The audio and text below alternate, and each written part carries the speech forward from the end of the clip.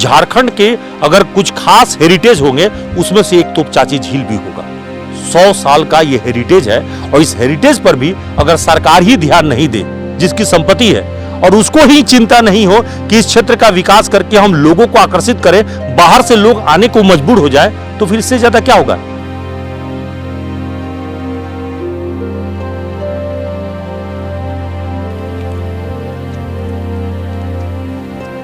पानी में कम होने से तो नहीं अच्छा नहीं लग रहा है। ऐसे पूरा धूप पड़ रहा है और तो यहाँ पर जो घूमने वाले आदमी दिख नहीं पा रहे हैं। वही आओ फिर निकल रहे हैं घर। मतलब आपको बड़ा अफसोस हो रहा है क्या? अफसोस हो ही रहा है।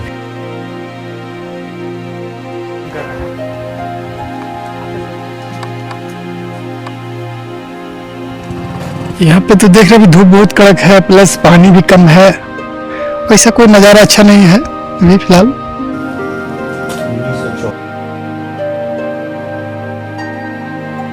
पानी सर पारसनाथ जो बरसता है ना, वही पानी यहाँ जमा होता है झील में, और तभी धूप की वजह से भी आदमी पहुँचता नहीं है घूमने फिरने के लिए। और पानी अभी हर दिन कमते जा रहा है, 7 इंच 8 इंच पानी कम पड़ रहा है।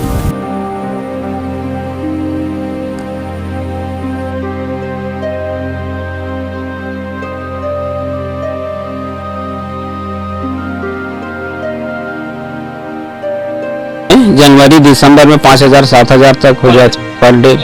अभी 700 800 1000 1200 इसी अनुसार। हाँ, हमको लगता है कि सिर्फ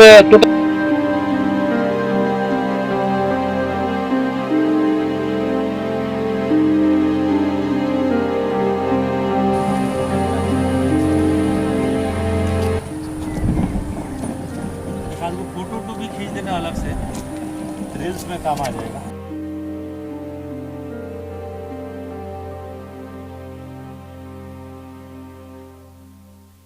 को देखने लायक अगर पहाड़ को छोड़ दीजिए और थोड़ा बचा खुचा पानी को छोड़ दीजिए तो कुछ भी नहीं मिलता। और जब कुछ भी नहीं मिलेगा तो फिर निराशा मिलेगी, और निराशा जो पर्यटक आते हैं वो खुशियां ढूंढने आते हैं, और जब खुशियां ही नहीं मिलेगी तो कोई आएगा क्यों। ब्रिटिश काल में जब कोयलांचल क्षेत्र में पेयजल की बड़ी संकट हुआ करती थी और जब इस इलाके में पेयजल का हाहाकार मचा हुआ था, तब धनबाद का सबसे बड़ा शहर झरिया हुआ करती थी, और झरिया के नाम पर ही अंग्रेजों ने जो वाटर वर्क्स बोर्ड बनाया था वो अपने आप में बेमिसाल थी। यानी सन 1924 में हेनरी व्हीलर, जो कि बिहार और उड़ीसा के तत्कालीन गवर्नर जनरल थे, उन्होंने एक बड़ी ही शानदार तरीके की झील तैयार कराई थी। और ये झील की विरासत देखिए कि यहां पर ये तस्वीरें आपको नजर आ रही होगी, Jharia water works. These works were opened by His Excellency Sir Henry Wheeler, Governor of Bihar, Odisha, on the 15th of November 1924। यानी आजादी से 24 साल पहले ये विरासत तैयार हुई ताकि झरिया के लोग पानी पी सके और पेयजल आपूर्ति के लिए प्राकृतिक तरीके से एक ऐसा मैकेनिज्म तैयार किया गया, ऐसी टेक्नोलॉजी खड़ा की गई जिसके लिए कोई बिजली की आवश्यकता बिल्कुल नहीं थी। और ये पानी की साफ सफाई इसी आधार पर की गई थी। वेलोसिटी ऑफ एक्सेलरेशन के तौर पर यहां से पानी बिना किसी बिजली के ये सीधे तौर पर झरिया पहुंच जाती है। यानी यहां से तकरीबन 40 किलोमीटर दूर है धनबाद का झरिया, और यहां से वो बिना बिजली का वो पानी अंडरग्राउंड चली जाती है और इस मैकेनिज्म से साफ सफाई होती है। अब देखिए ये 100 साल का हो चुका है ये तोपचाची झील, और तोपचाची झील की सामने आपको नजारा पहले देख लीजिए। ये जो सामने जो पहाड़ नजर आ रही है, दरअसल ये पहाड़ी श्रृंखला जो है पारसनाथ पहाड़ी श्रृंखला है। वही पारसनाथ जिसे आप जैन धर्म का सबसे बड़ा ये पिलग्रिम्स माना जाता है। सामने जो पहाड़ नजर आई है, ये बिल्कुल सामने का जो पहाड़ नजर आ रही है, ये वही पारसनाथ पहाड़ी है। और इसी पारसनाथ पहाड़ी से यहाँ ये चारों तरफ आच्छादित है, और इसके बीच में कहते हैं कि जब ऊपर से इस झील को देखेंगे तो पूरी तरह से भारत का नक्शा नजर आएगा। एक शानदार भारत का परिदृश्य यहां पे नजर आता है। इस नक्शे को आप ऊपर से देखेंगे तो ऐसा ही नक्शा, ये सामने का नजारा देखिए तो सामने ये बिल्कुल माथा नजर आएगा, और ये पीछे के पोर्शन जो है ईस्ट वेस्ट साउथ, यानी भारत के चारों हिस्से का जो वृत्त चित्र है वो आपको ये इस झील में नजर आएगी।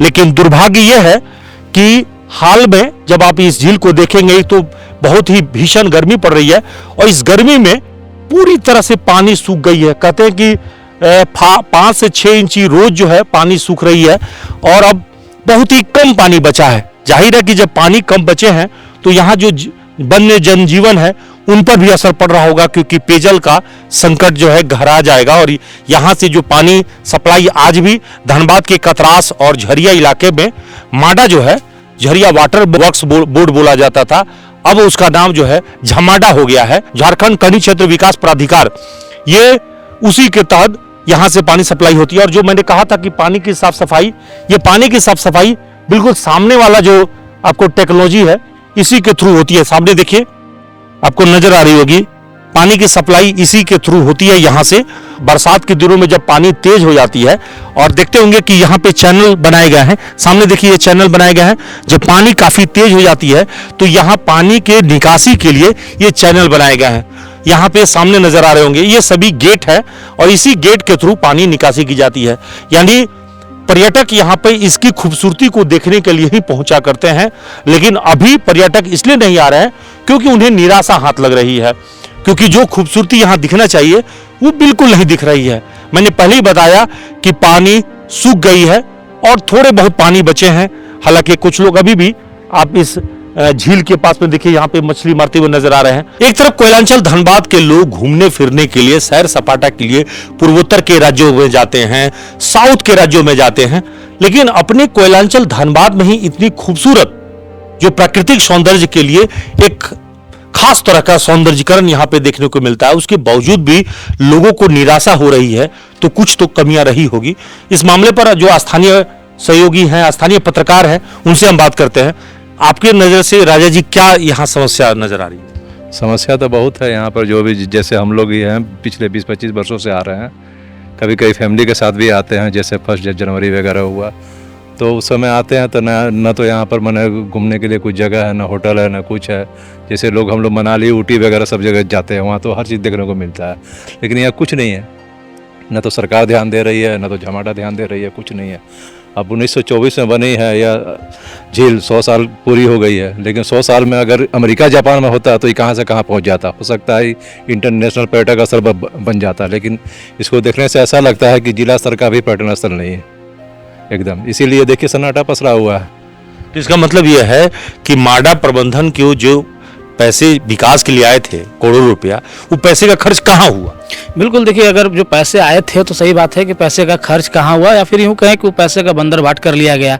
क्योंकि देखिए इतने बड़े पर्यटक स्थल है और यहाँ संयुक्त रूप से खर्च किया जाता, इसको सही जगह पर लगाया जाता तो ये आज कितना विकसित हो जाता। लोग यहाँ पे जो भी सैलानी आ रहे हैं घूमने के लिए, वो घूम तो रहे, आते हैं भले ही खुशी से, लेकिन जो दृश्य यहाँ पर जैसे हैं वो देखते हैं वो निराशा हो जाते हैं, उनके अंदर जो है निराशा आ जाती है। और ये बोलते हैं वो कि भाई हम जो सोच करके आए थे, जो किताबों में हमने पढ़ा था, जो ऑनलाइन पोर्टलों में हमने पढ़ा था कि पंचायत तो चाची झील जो है इस तरह है, वहाँ इस तरीके की व्यवस्थाएं हैं, लेकिन जब वहाँ आते हैं तो इसकी दुर्दशा को देख करके वो जो है पूरी तरह से निराश हो जाते हैं। तो कहीं ना कहीं पूरी तरह से कह सकते हैं ये जो विभाग है माडा, जो उनकी लापरवाही कहिए या फिर उनके जो अधिकारी हैं या फिर सरकार है उनकी उदासीनता कहिए, जिस वजह से जो है कि आज ये झील अपना अस्तित्व को खोता जा रहा है। जी बिल्कुल सही है कि झील जो है अपना अस्तित्व खोता जा रहा है।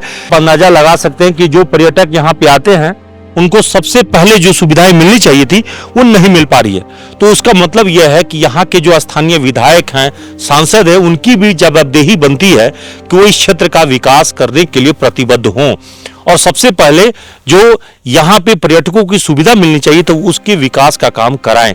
लेकिन दुर्भाग्य से अभी तक सिर्फ खोखली वादे हुए हैं, आश्वासन दिए गए हैं, जमीन पर कुछ भी हकीकत नजर नहीं आ रहा है। और सबसे बड़ा बात तो झमाडा का है कि जिसके ये संपत्ति है वो अपनी संपत्ति, वहां पे रोना ये रोया जाता है कि हमारे पास संसाधन नहीं है, हमारे पास आमदनी का जरिया नहीं है।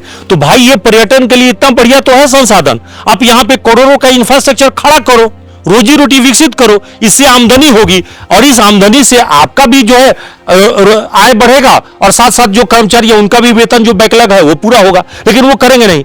यहां कर्मचारी के नाम पर क्या है, 2 स्टाफ रखे गए हैं।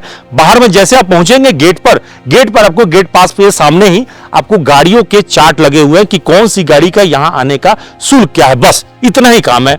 अब उससे 2 कर्मचारियों का पेट तो भरेगा नहीं। तो सवाल यह कि इंफ्रास्ट्रक्चर विकसित किया जाना चाहिए था। यहां पे कुछ भी खाने पीने का अगर व्यवस्था रहता, ठहरने का कुछ ही घंटे का सही अगर ठहरने का व्यवस्था रहता तो लोगों को एक सुरक्षित माहौल मिलता। शाम होते ही, शाम ढलते ही महिलाओं को सुरक्षा का भाव नजर नहीं आता, क्योंकि अभी जहां हम हैं यहां एक भी पुलिसकर्मी नहीं है। अगर कोई महिला कर्मी यहां पे आया या कोई महिला पर्यटक कोई पहुंचे और उसके साथ कुछ अनहोनी हो जाए तो उसकी सुरक्षा कौन करेगा, ये अता पता ही नहीं। तो सवाल यह भी है, कभी एक जमाने में, आज तो नहीं लेकिन कभी एक जमाने में नक्सलियों का खौफ हुआ करता था, लेकिन वो भी खौफ जब दूर हो चुका है तो प्रशासन का यह जवाबदेही था कि इस खौफ को दूर करके इस इलाके का विकास पर ध्यान दिया जाए। लेकिन कतिपय कारणों से किसी ने इसको ध्यान नहीं दिया। और सबसे बड़ी बात तो यह है कि जब अंग्रेज इसको छोड़ के गए और उसके छोड़ने के बाद, मतलब अंग्रेजों के निर्माण के बाद तकरीबन 100 वर्ष हो चुके हैं और इस 100 वर्षों में अगर अपनी इस विरासत को हम अपना हेरिटेज में शामिल नहीं कर सके, झारखंड के अगर कुछ खास हेरिटेज होंगे उसमें से एक तोपचाची झील भी होगा।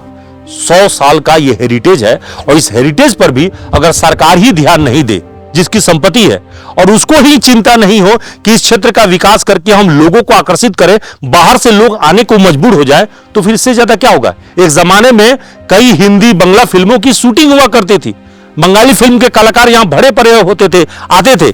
आज भी यहां पे अगर आप देखेंगे तो 9 वर्ष का जश्न मनाने के लिए लोग पहुंचते हैं, लेकिन बाकी समय में आपको कोई यहां पे दूर दूर तक नजर नहीं आता। इक्के दुक्के पर्यटक आएंगे और वो आते भी हैं तो चंद पल के मेहमान नजर आते हैं, क्योंकि उनको देखने लायक अगर पहाड़ को छोड़ दीजिए और थोड़ा बचा खुचा पानी को छोड़ दीजिए तो कुछ भी नहीं मिलता। मसलन यहां जब आप पहुंचेंगे तो तमाम जो सड़कें दिख रही है, जो यहां मुख्य जो मेन सड़क है जीटी रोड से सटे हुए है ये तोपचाची झील, और यहां पे जो सड़कें पहुंचती है वो सड़कों की हालत बेहद खराब हो चुकी है। सड़कों की हालत बीच में कई जगहों पे टूटी फूटी सड़कें हैं। यहां पे भी जब आएंगे तो साफ सफाई का कोई इंतजाम नजर नहीं आएगा, बिल्कुल गंदगी दिख रही है। और सामने जो आपको नजर आ रही होगी, यहां पे चारों तरफ से घूमने के लिए एक रोड बनाया गया है। चारों तरफ से आप देखेंगे ये जो रोड है ये रिंग रोड की हालत भी बहुत खराब है। और सामने देखिए वहां पे पर्यटकों के लिए एक पार्क की व्यवस्था की गई थी, लेकिन वो पार्क भी बिल्कुल खराब स्थिति में पहुंच गई है। कहा यह जा रहा है कि इस झील के रेनोवेशन के लिए, इस झील के पुनर्संरचना का विकास के लिए काफी पैसे, करोड़ों रुपए जो है झमाडा के पास भेजे गए थे सरकार के द्वारा, लेकिन वो पैसों का खर्च कहां हुआ, कैसे हो रहा है, किसी को मालूम नहीं है। बल्कि इस झील के अंदर में नौका विहार की भी बात कही गई थी कि नौका विहार किया जाएगा, लेकिन कुछ नहीं हुआ। इस झील के अंदर में जो गाद जमा था, सिल्टेशन था, उसको बाहर निकालने की बात हुई थी, वो भी झील से सिल्टेशन बाहर नहीं निकली। तो इस तरह से कह सकते हैं कि जो तमाम तरह के जो प्राकृतिक सौंदर्यीकरण किया जाना था, इस झील के विकास को लेकर जो सौंदर्यीकरण की बात कही जा रही थी, पता नहीं सरकार ने वो चीजें अभी तक क्यों नहीं की। यहां तक आते आते सूख जाती हैं सारी नदियां, मुझे मालूम है पानी कहां ठहरा होगा। विकास की कुछ हद तक यही कहानी है। सहयोगी नितेश और बीकी के साथ कुंवर अभिषेक सिंह, न्यूज़ एएनपी, धनबाद।